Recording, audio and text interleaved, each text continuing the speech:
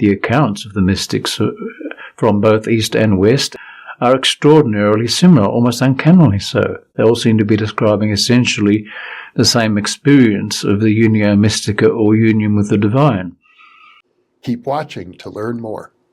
Book 3 in the New Thinking Aloud dialogue series is UFOs and UAP, Are We Really Alone? Now available on Amazon. New Thinking Aloud is presented by the California Institute for Human Science, a fully accredited university offering distant learning graduate degrees that focus on mind, body, and spirit.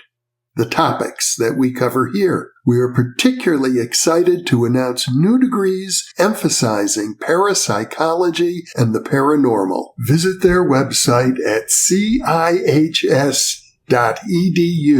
You can now download all 8 copies of the New Thinking Aloud magazine for free, or order beautiful printed copies.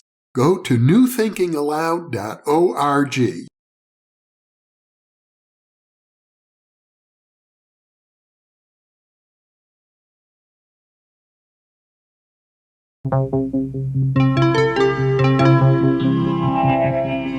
Thinking Aloud. Conversations on the leading edge of knowledge and discovery with psychologist Jeffrey Mishlove.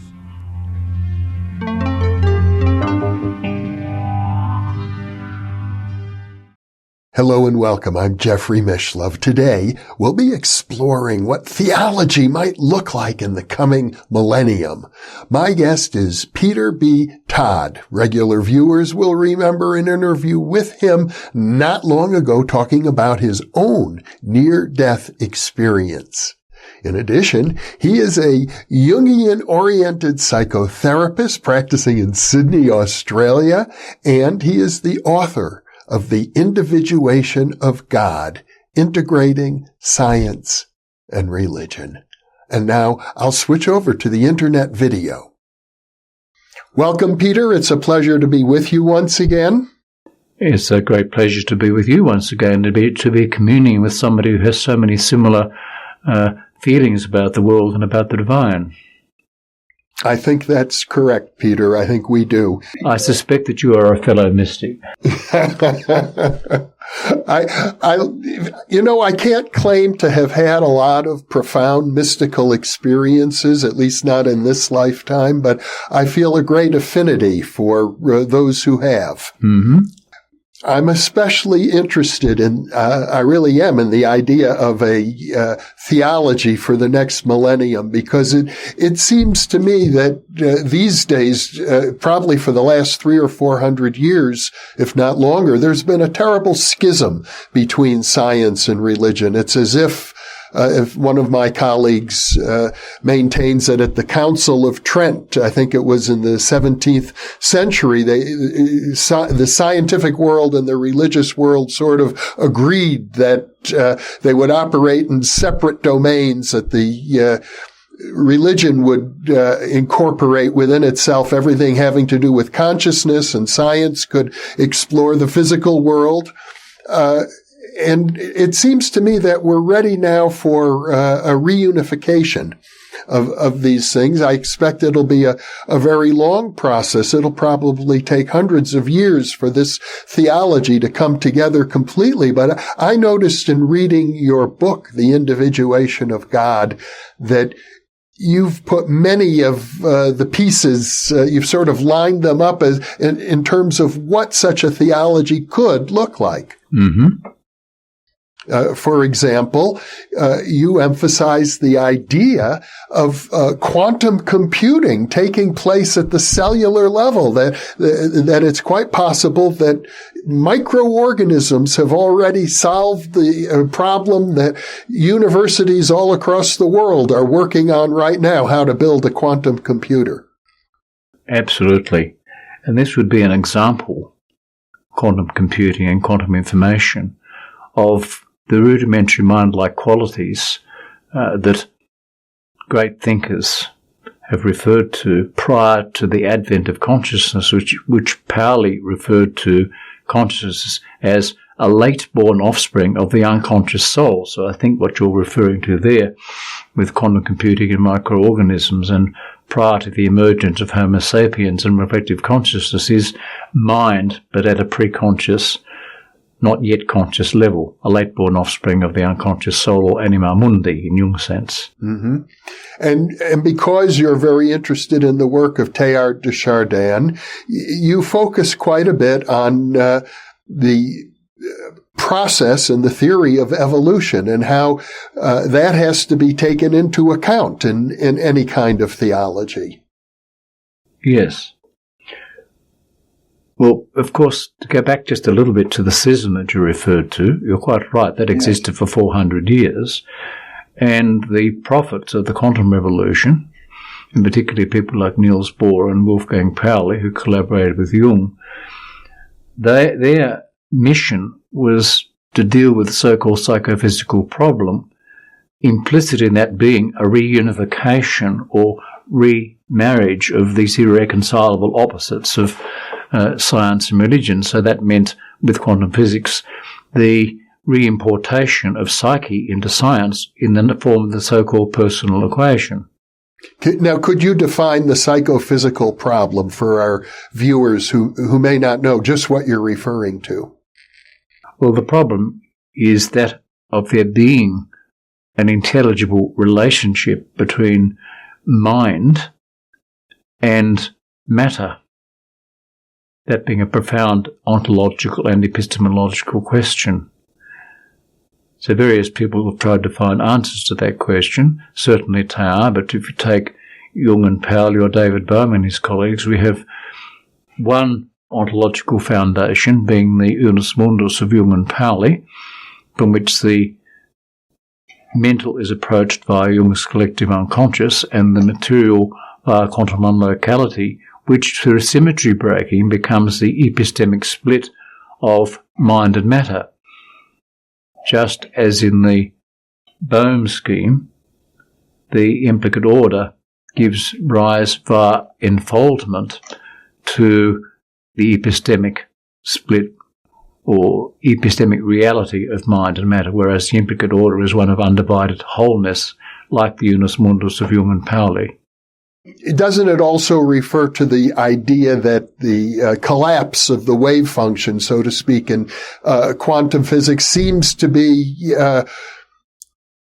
dependent upon the consciousness of the observer in quantum physics in a way that was never thought to be the case in classical Newtonian physics? Well, of course, I don't think it applied in classical Newtonian physics.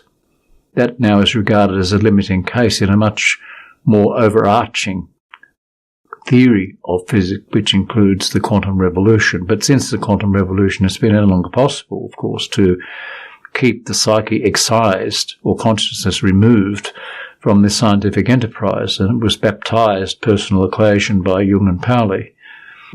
I am under the impression, though, that even today in the physics community, there are many physicists who reject the Copenhagen interpretation of the importance of consciousness and the collapse of the wave function, and are trying to imagine a physics of the future that does not require consciousness. I wrote in one of my papers, in an answer to that precise question, that I think a lot of those scientists are still adhering to the religion or doctrine of metaphysical materialism, and any notion of mind or psyche being incorporated into science is to them heresy and anathema, because it conflicts with their religious devotion, as Jung would say, to the religion of metaphysical materialism. So they can't allow themselves even to consider these unpalatable realities which have to do with psyche, mind, or even soul and the divine, panentheistic God, for example. So here, this is an example of doctrine precluding observation. So your goal in developing a new theology is to find a way to incorporate consciousness and even the notion of the divine within a framework that is not hostile or antagonistic to science. It's within a more holistic framework of understanding the cosmos and evolution and our place in it. One of the arguments that you bring up with regard to evolution and the possibility of evolution itself being driven by something within the living species, even at a cellular level, something that we referred to earlier as possibly quantum computing, is the idea that statistically speaking, life itself is very improbable. I know in your book you refer several times to the argument that if the evolution of life was strictly based on random mutations and natural selection, even though the universe is 13, 14 billion years old, the first protein shouldn't have evolved yet, let alone a whole living ecosystem. Yes, even a single protein should not have emerged by chance alone. So we're talking about almost a miraculous function for chance in those who continue to think that way. Which is still, I think, the orthodox view in biology. I absolutely agree, and hence the resistance to any ideas of, reincorporating psyche or mind or spirituality back into a worldview which is holistic. Now, Teilhard de Chardin, who is an inspiration to you, talks about the omega point as, I think he thinks of it as sort of an attractor, that we are a teleological attractor, that evolution itself is being drawn towards this omega point, which, might be thought of as akin to, divine realization. Yes, I think that's exactly what he refers to, and he refers to the omega point as a divine focus of mind, which occurs as a result of an evolutionary process. Now, I'd like to make one additional comment here. The eminent evolutionary biologist Julian Huxley, in his glowing endorsement of Teilhard's book, The Phenomenon of Man, wrote that Teilhard had introduced a new psychosocial or cultural evolution in place of the purely biological one, and that through Teilhard's work, human beings have become business managers for the future of the whole of cosmic evolution.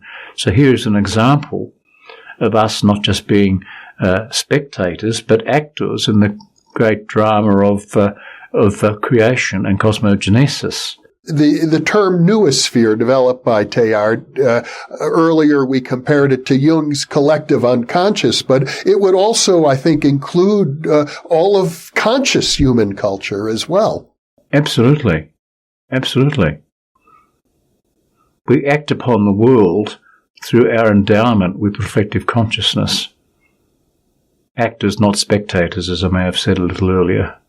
In other words, we are participating in the evolutionary process by virtue of our culture.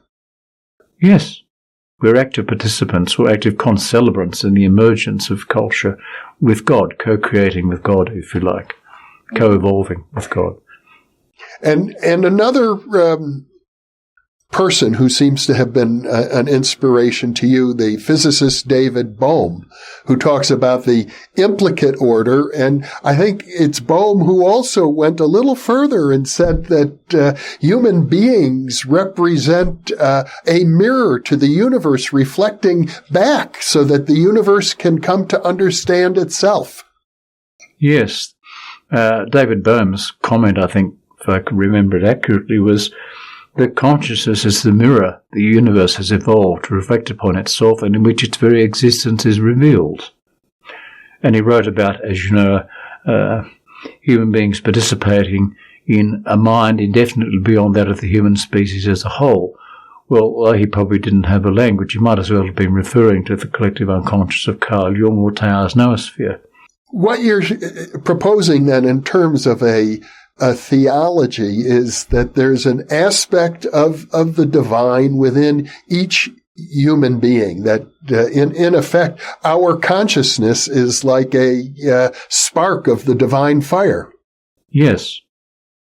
We carry the divine fire, which breathes life into the equations of quantum physics, within us, as in Jung's terms, the God archetype or the unconscious imago Dei. And the very fact that we are capable of imagining imago Dei, imagining it, the image of the Godhead is a way that connects us in a deep sense, deeper probably than most people are ever conscious of, with what I would call actual God. Well, indeed, yes. And I'm very much enthralled by Roderick Mayne's notion of,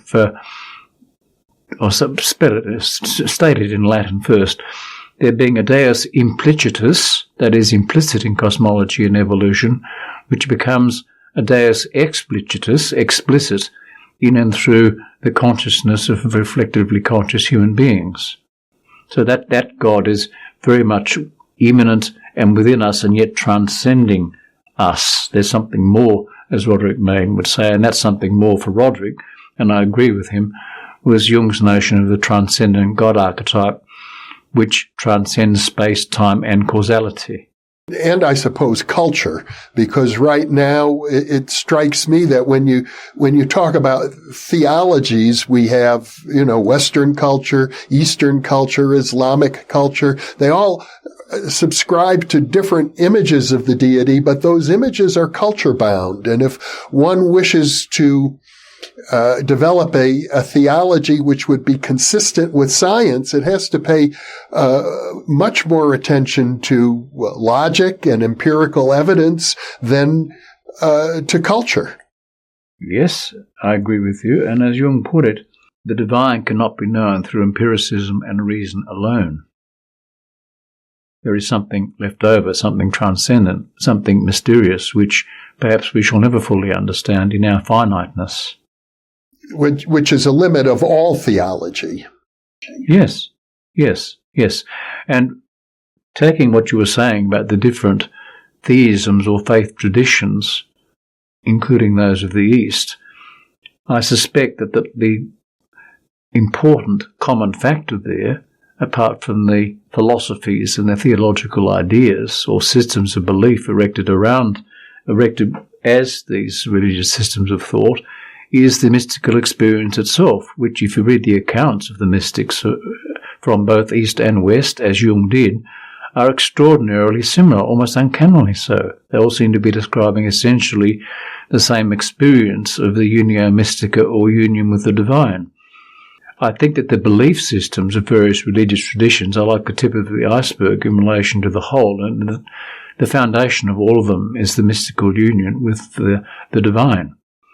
Peter, I'm under the impression that amongst academic scholars of mysticism, strongly influenced by the postmodern tradition in philosophy these days, deconstruction, they tend to reject the idea that the mystics of each culture are describing the same thing. In fact, they go so far as to say, we don't even know what they were describing because they're using language which was peculiar to them, describing something ineffable that we don't really understand. So most postmodern scholars of mysticism seem to be of the view that every mystic is describing something different, that we live in what William James called a pluralistic universe, and they reject the Aldous Huxley's notion of or Houston Smith's notion of the perennial philosophy.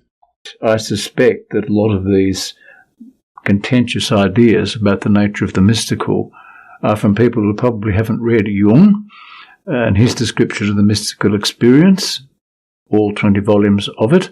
They haven't read Teilhard de Chardin or people like Roderick Mayne, and that they are probably still consciously or unconsciously affected by the scourge of metaphysical materialism in their critique. They have their own religion or belief system, even if it's a materialistic one and one that's rather dismissive of mystical experience. I mean, one only has to exert the intellectual discipline and to read the accounts of the mystics from East and West, which Jung had and I have as well, to actually see those similarities for oneself. One actually has to read the sources, what the mystics themselves have both said and written. I did have the opportunity to interview one of these new scholars engaged in the field of transpersonal psychology. And I'm under the impression that a lot of what inspired him to take a more pluralistic view is the idea that shamans and indigenous people develop a mysticism which is sort of nature-based, the idea of, yes, our unity with all of nature, and that that was very different than the kind of mysticism where people talk about unity in God and somehow God is higher and above nature. I don't think God is anywhere to be found, not even in heaven, as Wolfgang Pauli has put it. I mean, the experience of the transcendent God archetype is one that transcends space, time, and causality. Jung and Pauli believed, and Teilhard did, and so do I. At the same time, I know you're very concerned about the evolutionary process and our relationship to nature. Absolutely. And I think what you were saying, just to refer back to the comment that you made about indigenous cultures, I suspect that there are human groups in the world who are to be highly valued for their traditions, and we should be hearing them. But the kind of spirituality that they're referring to is a form of animistic spirituality where everything is endowed with soul and probably on the basis of unconscious projection of what we would call, in Jungian terms, the collective unconscious. And that's not in any way to derogate those traditions, but it is to see that they're a form of an animistic belief system, and that itself can be mystical. Their sense of connectedness to the earth and to the country. I don't think there is any necessary contradiction. This particular scholar I'm referring to, Jorge Ferrer, a transpersonal psychologist, seemed to feel that what he was arguing against might have been a kind of hierarchy where people argue that some forms of mysticism are more elevated than others. Well, I think that's a categorical mistake. If one's had a mystical experience, from whatever cultural background, whether European or Indigenous or whatever, it's the actual mystical experience itself that is important, and I think that's where we find the expression of the archetype. Now, and if there is an God archetypal basis to mystical experience, that's going to be manifest in the consciousness of different cultures and of indigenous people as well. They just have different languages to describe essentially the same experience. I still keep coming back to the notion of the God archetype implicit in cosmology and evolution. I think there are just different ways that human beings have discovered of talking about that and expressing it. I think it was in our previous interview, you pointed out that Jung said it's not possible to distinguish between the archetype of God and an actual God. Mm-hmm.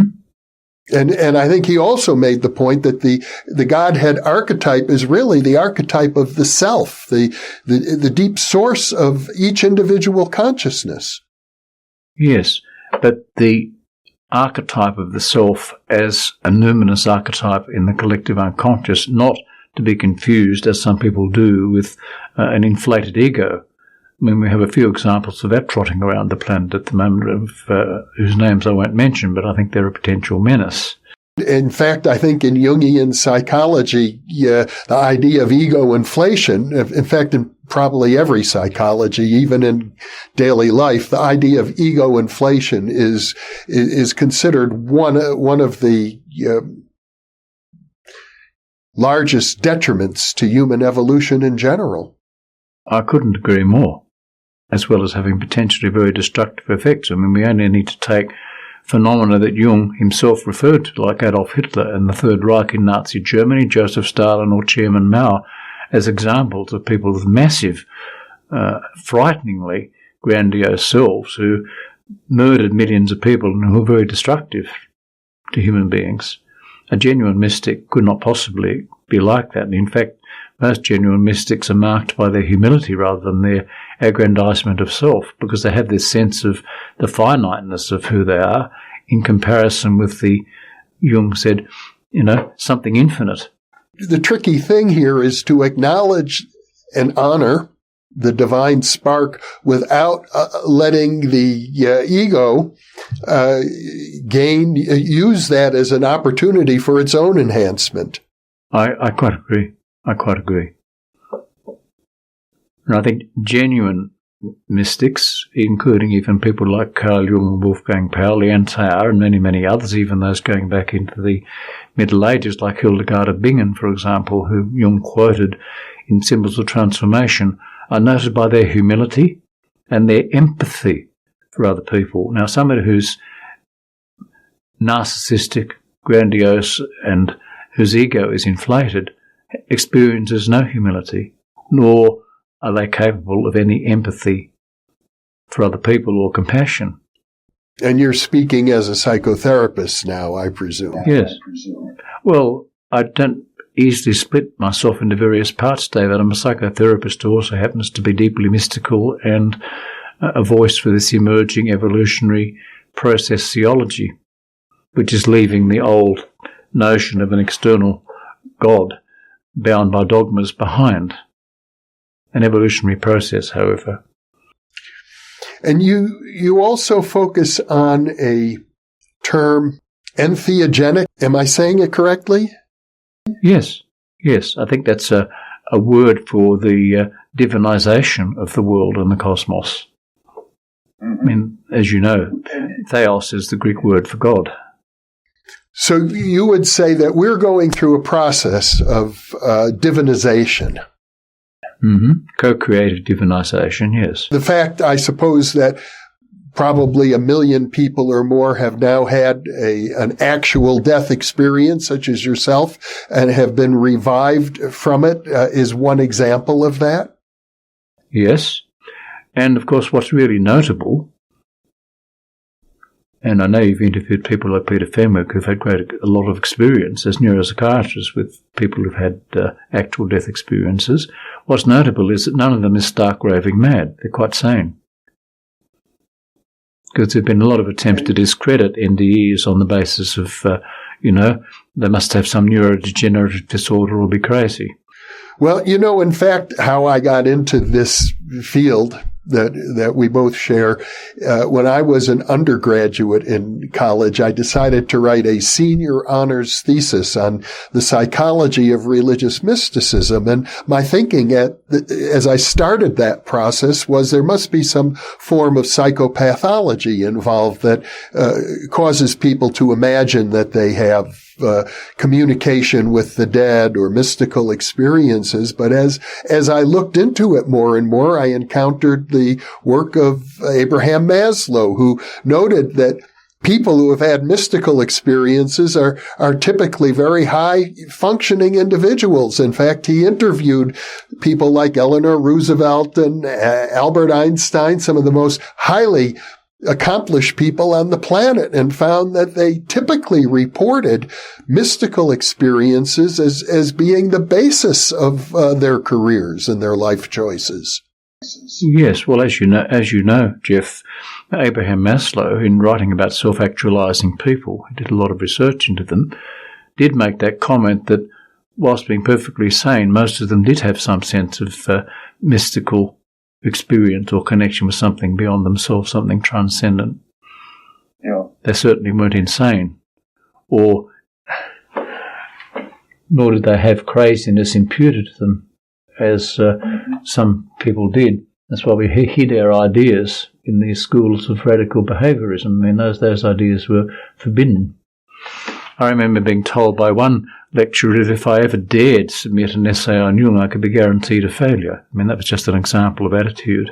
Well, I'm well aware of that. Jung and Freud are hardly ever taught in the universities anymore. When I was an undergraduate at the University of Wisconsin, we actually had a student strike in the psychology department, and one of our demands was they should institute a course on Freud.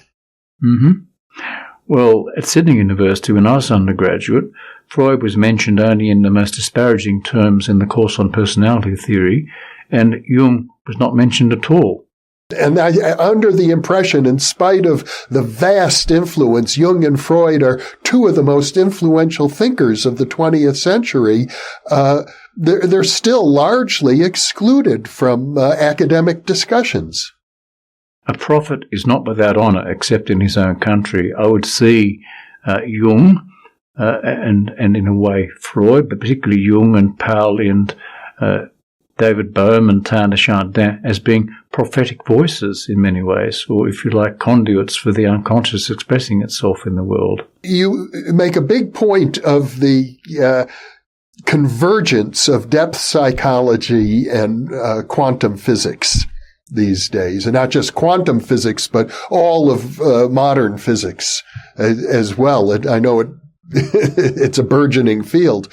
And you're suggesting that a new theology will honor that convergence rather than to try and sweep it under the rug.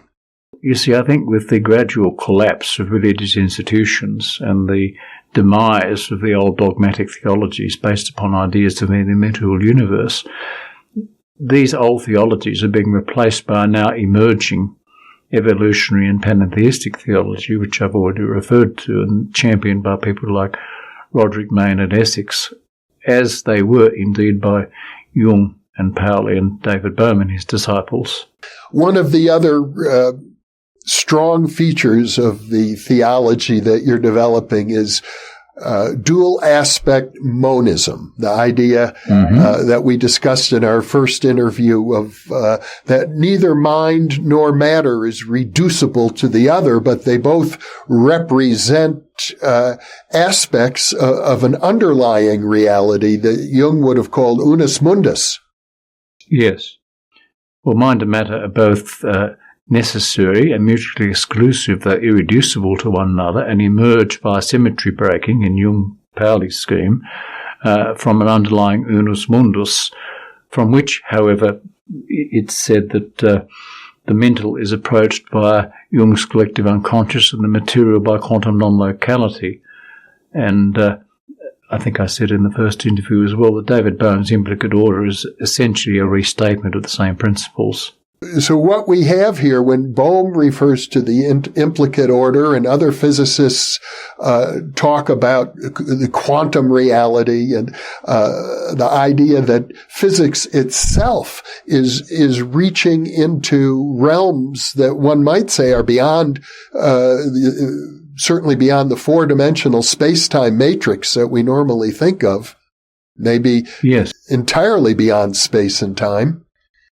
Absolutely. Transcending space-time and causality, as Roderick Main put it in one of his papers on disenchantment with traditional theisms. That's where physics and depth psychology come together, is this mapping out of a space beyond space, a time beyond time, I suppose we're getting now into areas that really are ineffable. Yes, and also I think another way of putting that would be to use Jung's own phrase. He was very fond of this one, the conjunctio oppositorum, the union of opposites. And if we think of the opposites as previously being, the schism between science and religion that has lasted for 400 years, which since the quantum revolution, various people have attempted to repair and restore. So I think we are experiencing in our lifetimes the beginnings of this conjunctio oppositorum, or restored wholeness to the world.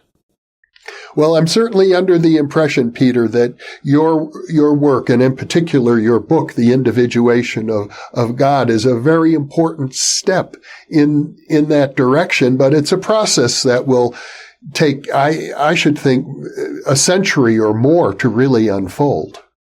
Yes.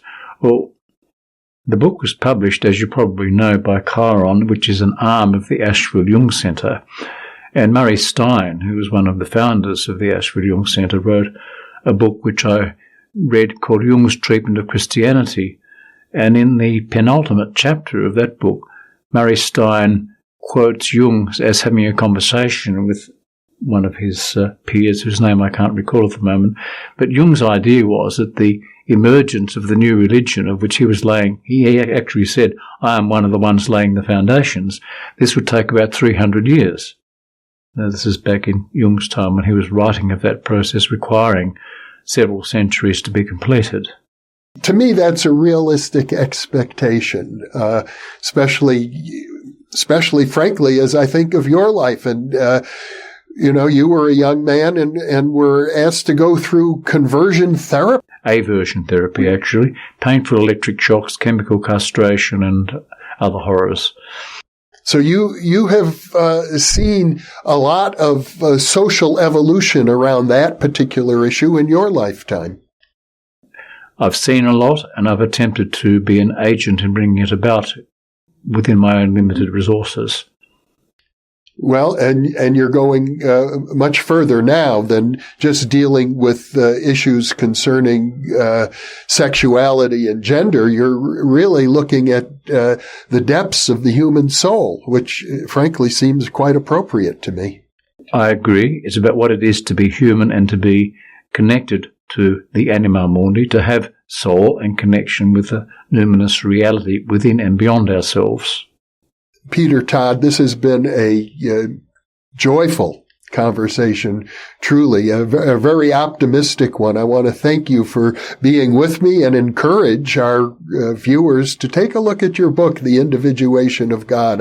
I see it as a very hopeful exploration that will be of great importance as we move forward.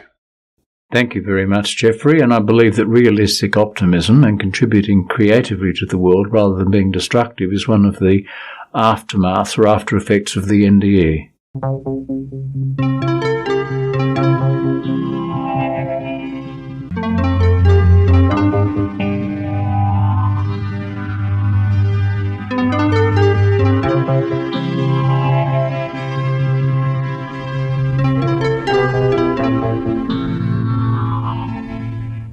Book 3 in the new Thinking Aloud dialogue series is UFOs and UAP, Are We Really Alone?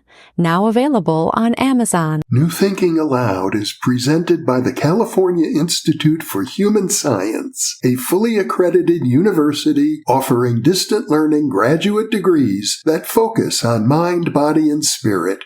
The topics that we cover here. We are particularly excited to announce new degrees emphasizing parapsychology and the paranormal. Visit their website at cihs.edu. You can now download all 8 copies of the New Thinking Aloud magazine for free or order beautiful printed copies. Go to newthinkingaloud.org.